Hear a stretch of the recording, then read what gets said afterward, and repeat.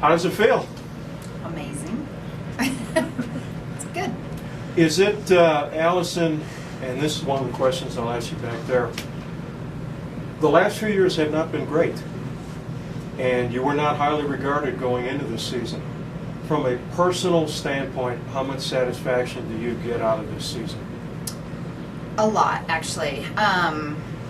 I've been asked a couple of times now how this differs from '06, or even '09 for that matter. And for me, I came in '06, and I didn't give myself a lot of credit for what we did, because I came in and I inherited a team that was, a good team, but had come in last place the year before, and we did great and won the regular season tournament, or championship, and then won the Big Sky Conference tournament that year.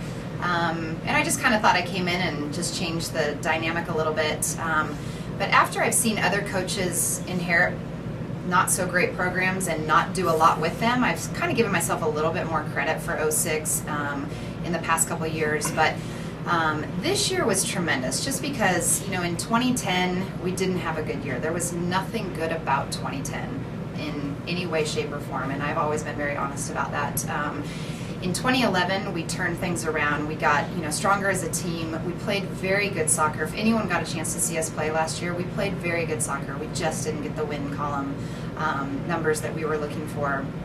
Therefore, this year, what we built on last year and what we'd been through in the last 2 years as a team, as a program, and to come out and fight the way we did this year and, have the success we did this year, just personally means the world to me, but more so than that is just so tremendously grateful to these kids and their families and everything for giving what they gave, and believing in us, believing in me in a time that probably wasn't easy to believe in, and had the faith that we were going to come back and bring the wins back to where we needed to be. And so for that reason, this has been probably my favorite year of coaching so far.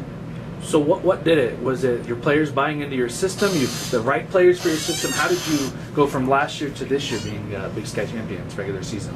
I think couple different things. One, again, like I said, last year, people on the outside of our family didn't see how successful we were, obviously, because when you open the paper and you look at the numbers, it's not going to show. But I think if you ask anyone inside of our program, there was a ton of success. And so this year was just really building on that success of last year, building the core of our team camaraderie. I think we broke things down knowing we were going to have such a tremendous road, game season.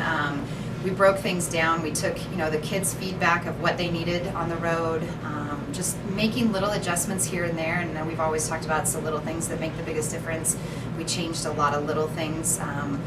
We did more video than we've ever done this year. We, just took a lot of personal and individual responsibility for position play, individual development, and the kids just did it. I mean, they've done literally everything I've asked of them. They have done.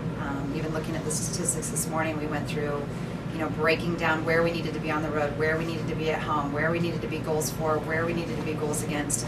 We exceeded our expectations in every single category. I know coaches hate singling players out, but who's made the biggest strides this year for you on your team?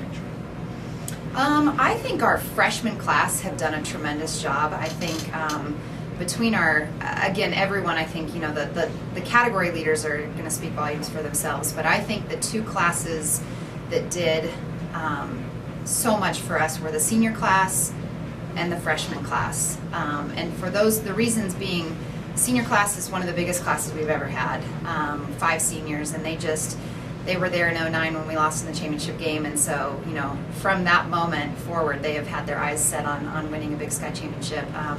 And so I think that group, along with the freshmen that have come in and had some significant minutes and made some significant impact on the team, and then obviously the two classes in between are just, I think as far as just staying with the process, they haven't seen success. The sophomores and the juniors, they haven't seen success. The freshmen and the seniors have. So for those two classes, I think this is huge for them as well.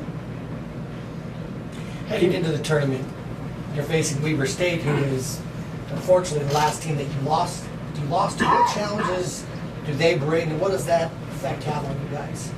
I think the biggest challenge they bring to us is they play a system like no other team probably in the country. at least not in the Big Sky. They play just a very different system. It's a very old school style of soccer. They do it very well. They've always played it. So that's something we'll break down in film quite a bit this week, is just how to be successful against that type of style of soccer. That was a very flat game for us. It was a turning point for our season. After that game, we just came out very flat in that game. And I think you'll see a much different Idaho State team on Friday. So, Does your training, your preparation change, Allison, because you've got a longer period of time now? Because you don't play until November the 2nd? Correct. Yeah, a little bit. We'll have a couple of non-soccer type of things. We'll have a little bit more video. We will train, obviously, the way we always do. We may have an extra day or two off in there as well, and just kind of, adjust it, a little bit less physical, a little bit more mental, probably at this point. Can you comment on the state of women's sports at Idaho State, with what the basketball team did last year, with you winning the Big Sky Championship this year, and with volleyball, doing so well? What is the feeling around Idaho State as it pertains to women's sports? I think from my perspective, it's huge. I get a lot of feedback from that in the community. And unfortunately, our men's teams haven't produced quite the way we'd all hoped. And yet they drive the ship. So, I think we do what we can to help keep us, going in the right direction. I think, to be honest, the administrative support for women's athletics has been huge. I think it's a game changer for us. For me personally, they believed in me when maybe they shouldn't have, or they didn't need to, but they did, and I'm greatly, appreciative to them.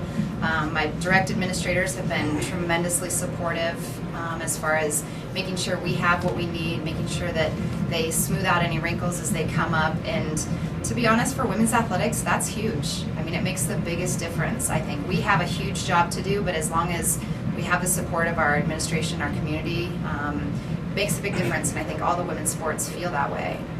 How huge is it for you guys to be hosting the tournament?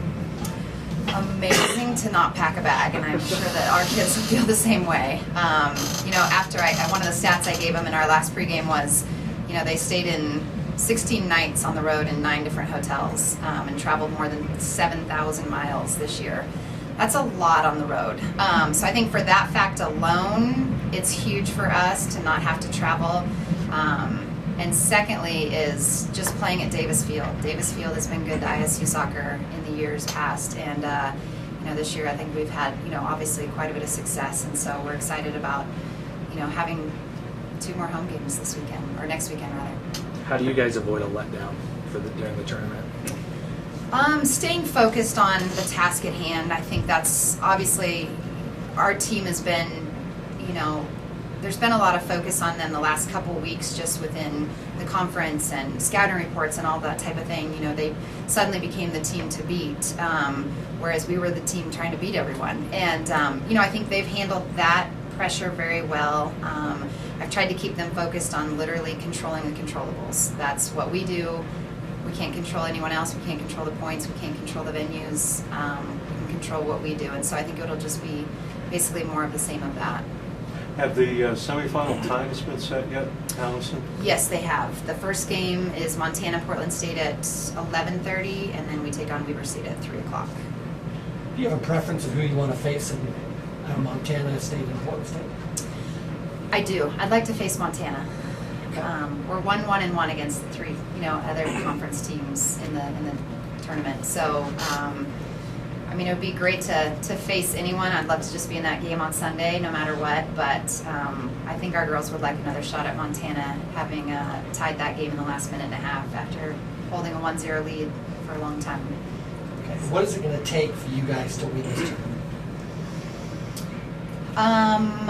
I think it's going to take focusing on ourselves, continuing with the momentum we have, but knowing that it's not non-conference, it's not conference, it's now the tournament, and it brings on a whole new life of itself, and it's exciting. It's an exciting time, and my message to my kids will be what it has been all year, is just to not focus on the things that have been going on outside of us, but to focus on what's going on within our family and our circle.